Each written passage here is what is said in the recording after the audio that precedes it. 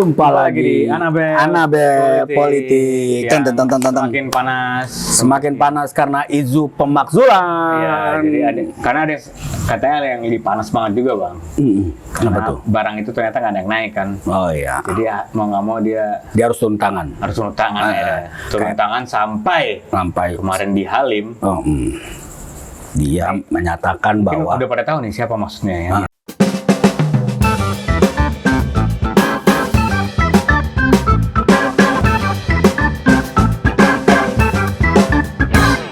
Halim itu. Jadi nggak perlu kita kenalin. Coba kita kasih clue, Bang. Jadi kemarin di Halim gimana ngomong? di Halim Pak Presiden, Disebut. Pak Jokowi mengatakan bahwa boleh Presiden itu boleh berkampanye, memihak dan berkampanye. Nah, dari situ bergulirlah sebenarnya bergulirlah protes yang berujung menghangatnya kembali isu pemakzulan. Ya Jadi kan? bahasa pemakzulan itu memang ditafsirkan sama pakar-pakar hukum langsung. Iya, langsung tahu Jadi biarpun Jokowi, sorry Bang, jadi setelah Halim hari ini Jumat ya. Jumat Jokowi bawa kertas gede-gede, Bang. Jadi ternyata dia mendengar tuh kritikan-kritikan rakyat. Langsung dia ini ya. Dibawa gede-gede, Bang, itu. Gue kira kan dia kertas itu mau bilang enggak kok presiden kembali netral atau apa. Kayak Ma'ruf Amin ternyata Netral. disukain banyak orang akhirnya. Di masa-masa akhir Akhirnya diakui. Kita punya wapres, Ma'ruf Amin. Tapi ternyata Jokowi bawa gede-gede, dia bilang ini loh, boleh loh. Pasal 288 atau ada 2 pasal yang disebutin Jokowi. Dia bilang asal tidak pakai fasilitas negara dan macam-macam. Tapi dibantah sama pakar hukum. Tapi gue menariknya adalah dugaan presiden melakukan kampanye dalam kondisi dugaan loh, garis bawahi lagi dugaan dalam kondisi dia sebagai presiden menjalankan presiden memang sudah sering terlihat secara implisit. Contoh walaupun dengan gerakan tubuh, ya kan orang langsung menafsirkan itu. Hampir semua orang menafsirkan itu. Ketika perayaan Natal, kalau nggak salah Surabaya itu apa ya? Surabaya, ya kan? Begini ya, yang dia begini. Itu jadi, kan sila Pancasila, tapi pas pertama dia nggak keluarin jari. Pas sila kedua sila kedua dia mengeluarkan jari. Kenapa situasi politiknya menunjuk bahwa itu dugaan keberpihakannya? Karena kondisi politik hari ini bahwa ada salah satu paslon yang mengangkat atau menjadikan anaknya sebagai cawapres. Nah, di kemudian hari ketika dia berkunjung ke Jawa Tengah ya. Ya kemarin di Salatiga. Salatiga melintas mobil dia yang disambut oleh para pendukung Pak Ganjar, ya kan? Ganjar. Tiba-tiba ada keluar jari. 2 jari lagi. 2 jari lagi. Nah, tapi misterius tuh 2 jari. Misterius. Nah, entah bagaimana kenapa tiba-tiba wartawan menanyakan itu bahwa itu adalah 2 jarinya Bu Iriana. Ya kan? Nggak tahu juga ya. Kan klarifikasinya belum ada. Langsung ditanyakan bahwa itu ke setiap politisi. Bahasa pertanyaannya adalah itu. Ada Intel, Bang. Intel Me. Bahasa pertanyaan itu adalah Bu Iriana. Karena Bu Iriana itu tidak akan kena undang-undang pemilu. Karena dia ibu negara. Dia bukan pejabat negara. Tapi kalau tangan Jokowi itu bisa kena. Karena dia pakai fasilitas negara dan nggak cuti. Dugaan itu kita harus pakai kata dugaan. Dugaan itu bisa mengarah ke pasal yang selama ini memang akan jadi pegangan dari politisi nantinya, yaitu pasal perbuatan tercela.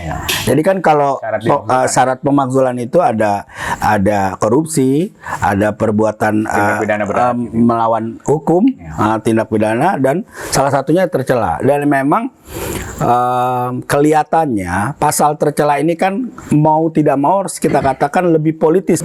Para politisi-politisi hari ini yang punya concern pemakzulan, misalnya dari koalisi partai 01 dan 03, jalan yang bisa ditempuh emang soal perbuatan tidak tercela. Perbuatan tercela. Itu yang ditegasin lagi sama Todung Mulya Lubis, Bang. Jadi Todung bilang perbuatan tercela itu karena presiden melanggar sumpahnya. Jadi karena dia bukan incumbent dan dia nggak mencalonkan lagi di pilpres besok, jadi itu dianggap dia udah tidak berdiri di atas semua golongan lagi. Dan kecurigaan todung itu, dia bilang, wah karena kan anaknya juga ini, berarti dia berdiri di satu pihak aja dan merugikan paslon yang lain. Nah itu bisa tercela di situ. Ya, itu tercela. Ya. Nah, apakah itu akan apakah pemakzulan itu bisa menjadi sebuah realitas politik? Mari kita berhitung secara waktu, ya kan? Berhitung secara waktu, berhitung secara komposisi politik, ya kan?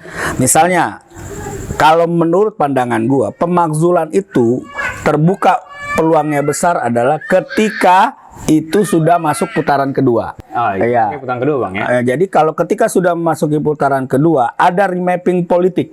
Iya. Dari partai politik. Tapi sebelum masuk putaran kedua, Bang, itu tadi pemakzulan itu butuh proses yang kalau nggak salah, kalau yang kita baca, Bang, sepintas tadi itu ada 4 bulan. 4 bulan itu berarti artinya kalau misalnya bulan Februari besok dimulai sampai nanti bulan misalnya putaran kedua, Bang, putaran kedua itu total 4 bulan kan. Itu bisa memenuhi syarat berarti. Ya, jadi gini. Itu barang. Jadi ketika misalnya makanya ngomong teknisnya mekanisme. Ketika remapping politik itu terjadi, faktornya apa sih? Pertama adalah hasil legislatif dari partai politik. Tentu semuanya itu akan melakukan evaluasi. Evaluasi termasuk evaluasi dukungan, ya kan? Kalau kita lihat hari ini hasil survei perolehan suara untuk partai-partai politik di masing-masing yang mendukung tiga paslon ini, maka yang mendapatkan keuntungan kan hanya segelintir, ya kan? Termasuk kalau kita bicara di pasangannya Prabowo Gibran, yang mendapat keuntungan kan hanya Gerindra. Sementara partai-partai lain diduga diprediksi akan terjun bebas. Misalnya Golkar.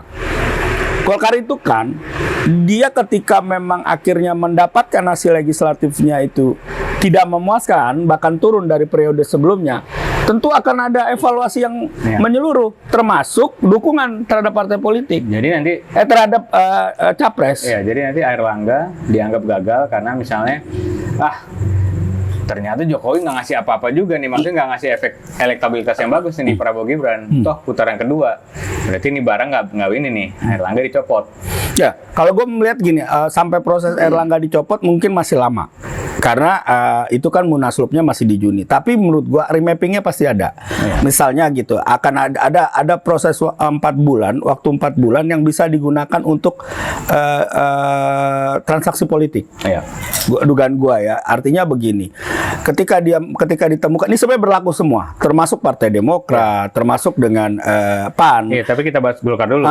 Cuma karena Golkar ini cenderung adalah mereka harus di kekuasaan, partai yang harus di kekuasaan. Artinya, sharing politik itu bukan hanya ke Prabowo nanti di putaran kedua, tapi di pihak entah Ganjar atau Anies. Entah Ganjar atau Anies yang lolos putaran kedua. Ini yang jadi kemungkinan besar peluang jumlah 2/3 anggota DPR.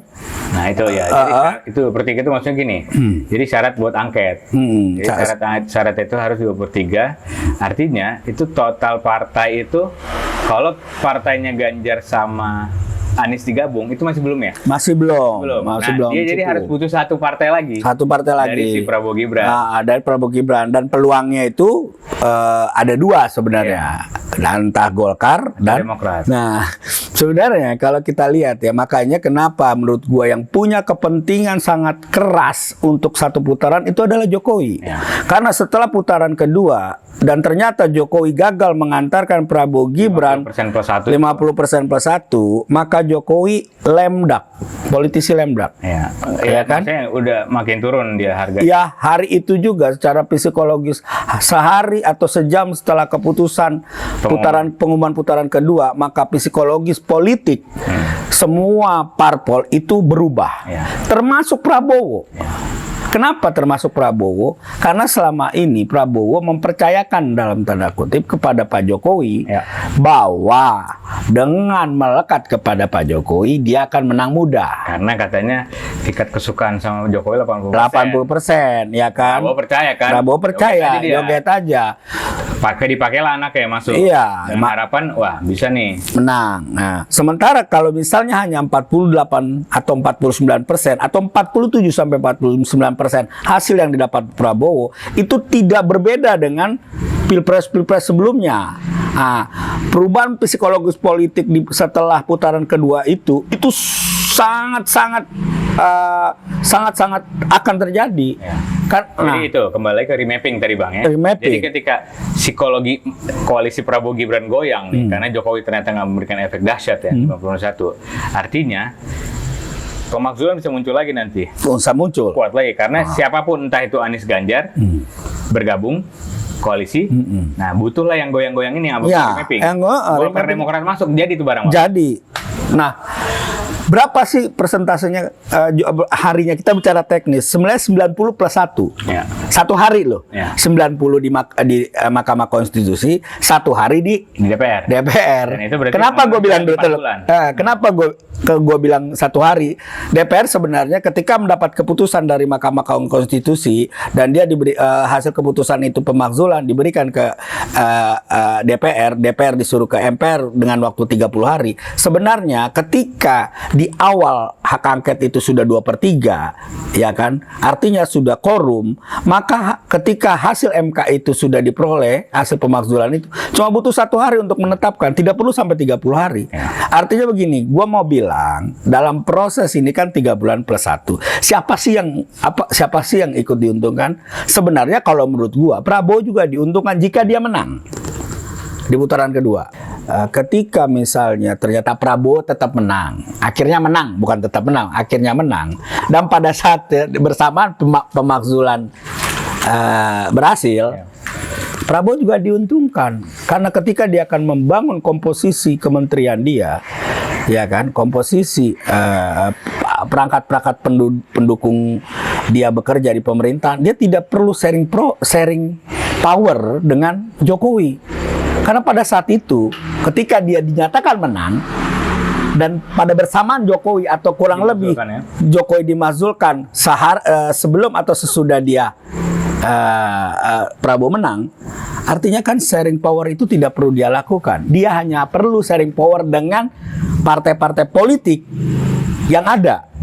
Ya. Bahkan termasuk lawan politik dia. Ya. Karena yang pertama kali dibutuhkan Prabowo ketika menang adalah stabilitas. Jadi yang ngotot, gue menegaskan, yang ngotot satu putaran itu sebenarnya Jokowi. Di urutan pertama itu masih Jokowi. Karena ini pertaruhan kemampuan dia, kepercayaan dia sebagai kingmaker. Gitu. Ketika itu gagal, maka Jokowi akan mendapatkan predikat lemdak. Dia nggak punya power politik lagi ketika dua putaran itu terjadi. Ya berarti nanti Gibran bakal gini-gini nih. Kenapa nyari power bapak saya? Ketika Prabowo Gibran menang di putaran pertama dan hanya satu putaran, maka yang bargain sharing power itu hanya Prabowo dengan Jokowi. Ya. Yang lain ikut aja, syukur-syukur dibagi. Ya makanya PAN, Demokrat nggak usah banyak berharap lah. Ya. Tapi kalau gue menyimpulkan cara dia mengambilkan kertas itu dan segala macam, ada dua. Pertama, dia ingin buru-buru membersihkan diri bahwa dia khawatir. Berarti dia khawatir dengan kritikan yang tajam setelah dia ngomong di hati. Ya, dia khawatir itu. Kedua, yang paling dia khawatirkan adalah bangkitnya dan bergulirnya kembali pemakzulan itu. Itu yang membuat dia menurut gua agak-agak perlu cooling down aja. Kita udah berapa kali lu bilang Pak Jokowi cooling down gitu loh. Jangan terlalu cawe-cawe. Toh sekarang angka 48% rata-rata. Iya, angka 48% kok. Butuh 3% doang. Berarti sampai jumpa di putaran kedua, Bang. Oh, udah yakin banget kita kayak putaran kedua. Ya, tapi memang kalau kelihatannya arah putaran kedua itu masih terbuka. Masih terbuka banget. Ya.